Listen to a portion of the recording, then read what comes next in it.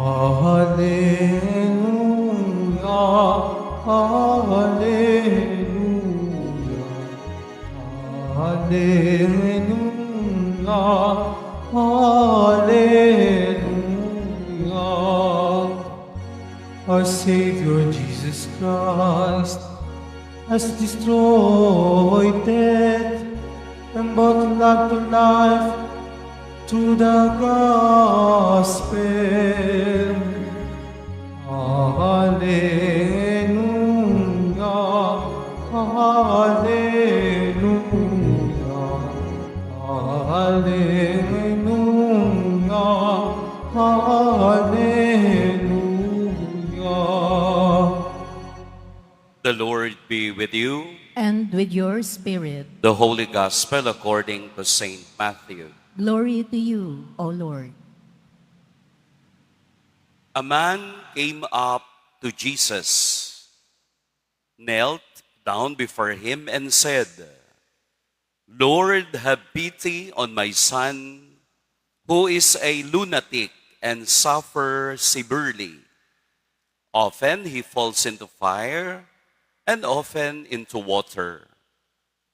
I brought him to your disciples, but they could not cure him." Jesus said in reply, "O faithless and perverse generation, how long will I be with you? How long will I endure you? Bring the boy here to me." Jesus rebuked him, and the demons came out of him. And from that hour, the boy was cured. Then the disciples approached Jesus in private and said, "Why could we not drive it out?" He said to them, "Because of your little faith. Amen, I say to you, if you have faith the size of a mustard seed, you will say to this mountain, 'Move from here to there,' and it will move. Nothing will be impossible for you." Sisters and brothers, the Gospel of the Lord. Praise to you, Lord Jesus Christ. Please be seated. Maulang umaga po sa lahat. Good morning. Welcome po sa Basilica Minor and National Shrine of Jesus Nazareno.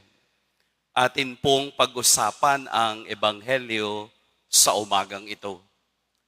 Maaaring ang tanong ng mga alagad na bakit hindi po namin siya napagaling?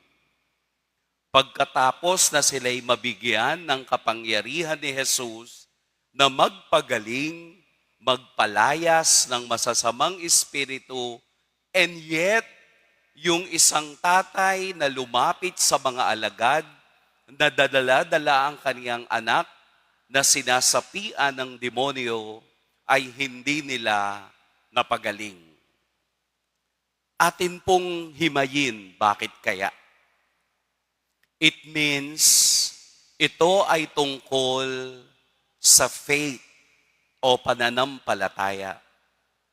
It is not only a faith by its sense, but it must be a quality of faith. Maaaring nakalimutan ng mga alagad ang source ng pagpapagaling. Maaaring nakalimutan ng mga alagad na pinanggagalingan ng paggaling ay walang iba kung hindi ang Diyos. Maaaring nakapagyabang ang mga alagad without talking or speaking or connecting their action with God. Dahil ang lahat ng healing without God will never be or will never happen. Maaaring mali ang kanilang naging pananaw Dahil nung unang panahon, wala pa namang nadidiscover tungkol sa kasanayan ng sakit. Katulad po nung narinig natin, suffering severely. Sa ibang translation, tinatawag yung batang ito, katulad nito, lunatic. Ay alam naman ninyo kapag lunatic, depende sa size ng buwan. Kapag bilog ang buwan, may sumpong. Di ba yan din ang sinasabi natin sa iba? May sumpong siya. Siguro, bilog ang buwan.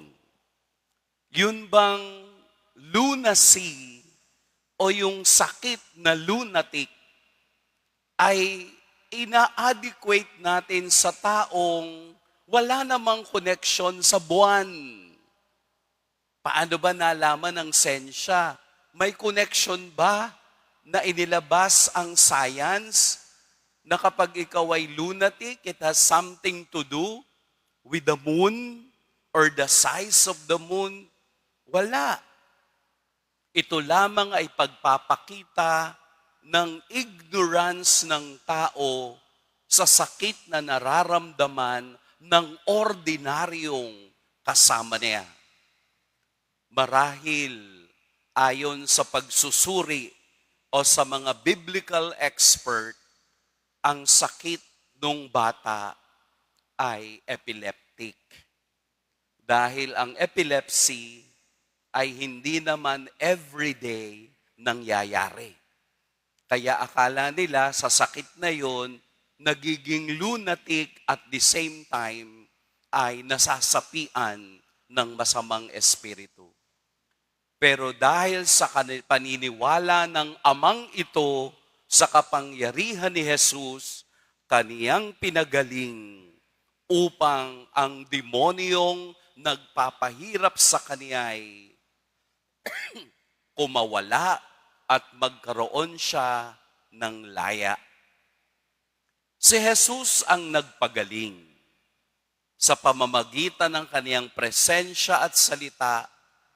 Napagaling niya, kaya nagtatanong ang kaniyang mga alagad, why could we not drive it out? Bakit hindi namin siya napagaling? I'll give you one personal experience. Ang lola ko po ay maraming debosyon. Kapag Lunes, siya'y may debosyon sa isang santo. Kapag Martes, may debosyon sa ibang santo. Pag Miyerkules, may debosyon sa perpetual health.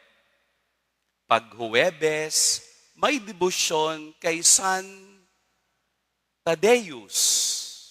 Pag Biyernes, may debosyon sa Jesus Nazareno. Pag Sabado, may debosyon sa Lourdes. Bawat araw, iba-iba ang kulay ng kaniyang damit ayon sa araw ng debosyon. Kaya kapag Linggo, iba-iba na ang kulay ng patches na kaniyang suot. Don't get her wrong. Hindi naman masama ang debosyon. Pero ang bawat debosyon ay dapat nagdadala sa pinanggagalingan ng pananampalatayang ito. Ang debosyon ay dapat natatapos kay Kristo, hindi doon sa santong iyong dinidebosyonan. In fact, tinutulungan tayo ng mga santong itong dalhin tayo sa Diyos. Katulad ni Saint Dominic.